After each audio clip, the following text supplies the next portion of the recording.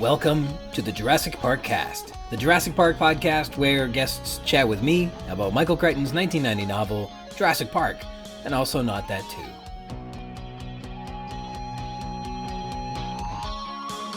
My name's Ryan Rogers, and I'm a big dumb Jurassic Park fan. Returning this episode is our guest for episode 6, The Beach, and you'll be pleased to hear again research scientist and dinosaur paleontologist from the Canadian Museum of Nature, Dr. Jordan Mallon's come back to see us. So thank you so much for coming back and doing this again. Happy to do it. Thanks for having me. All right, let's move on to maybe some dinosaur names. We have suddenly lost our lust for the Tyrannosaurus imperator and the Regina. But that doesn't mean that there aren't tons of really fun dinosaur names. You got to name one. What is some of the story that goes behind naming the Spiclypeus? Yeah, what's some of the story behind that? Well, Spiclypeus is a tongue twister, I'll admit it, and yet I've heard many people say they really like it. I've heard other people say they hate the name. Well, it sounds like a Roman warrior, you know?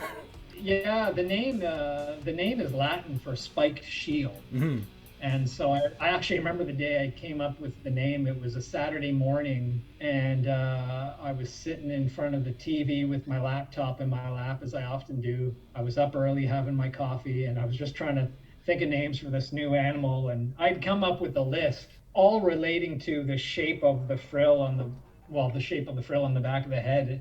None of the names, as far as I was concerned, were especially sounded great. Mm-hmm. and I was trying to lean away from this trend of naming every horned dinosaur prefix ceratops. Yeah. We don't have to call every horned dinosaur something ceratops.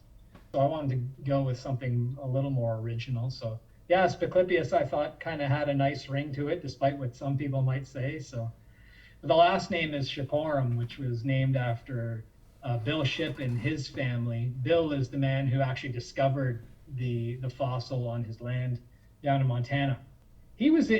Bill, great guy, and he's actually a nuclear physicist by training. Mm-hmm. He's retired now.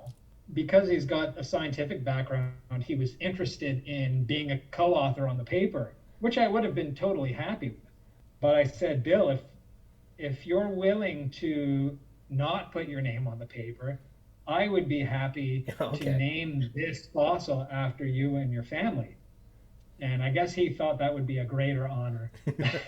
So he went that route. There aren't many rules when it comes to naming new species, but one of the rules is that you don't name it after yourself. Mm-hmm. That's a no-no. And so that's why Bill's name wasn't on the paper, because we wouldn't have been able to name it after him otherwise. But Spiclypeus shipporum ultimately became the name, and I think it has a good ring to it. I could just see George Foreman working at the International Zoological Nomenclature place, and everything's just George the First, George the Second, George the Third. George, you're out. We can't. That's not the rules. I've got a couple neat Jurassic Park names of dinosaurs that honor the novel Jurassic Park, and one honors the movie. Are you familiar with these? Yeah, well, I know there's been there's Crichtonsaurus, yeah, which was named after, of course, Michael Crichton, which is an ankylosaur from China.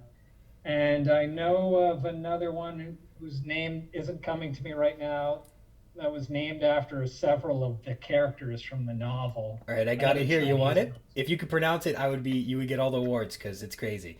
So I don't think I could. It's Tianchisaurus.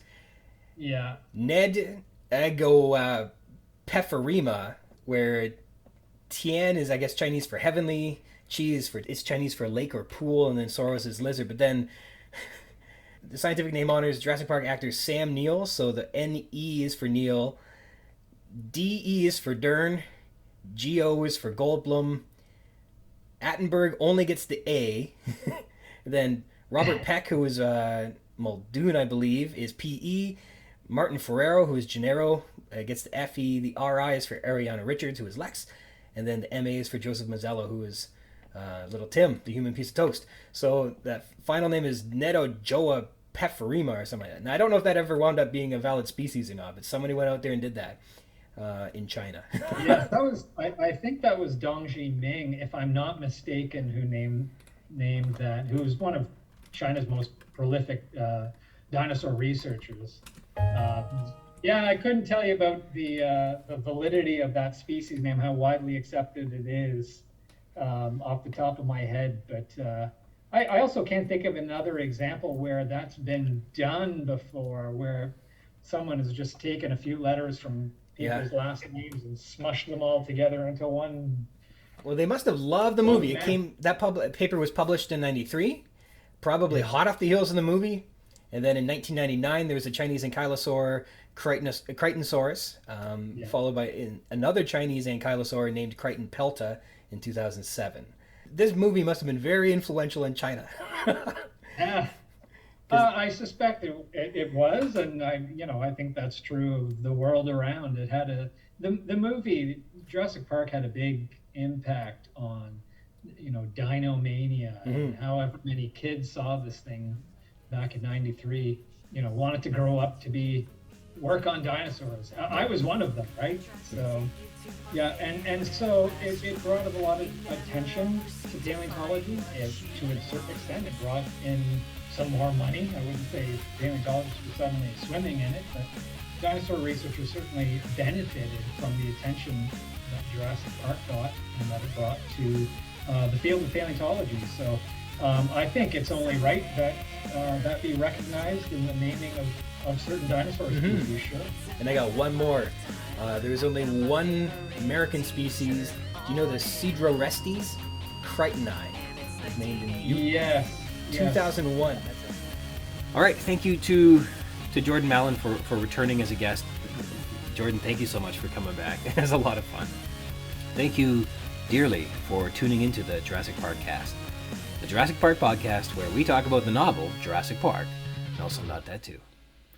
Until next time.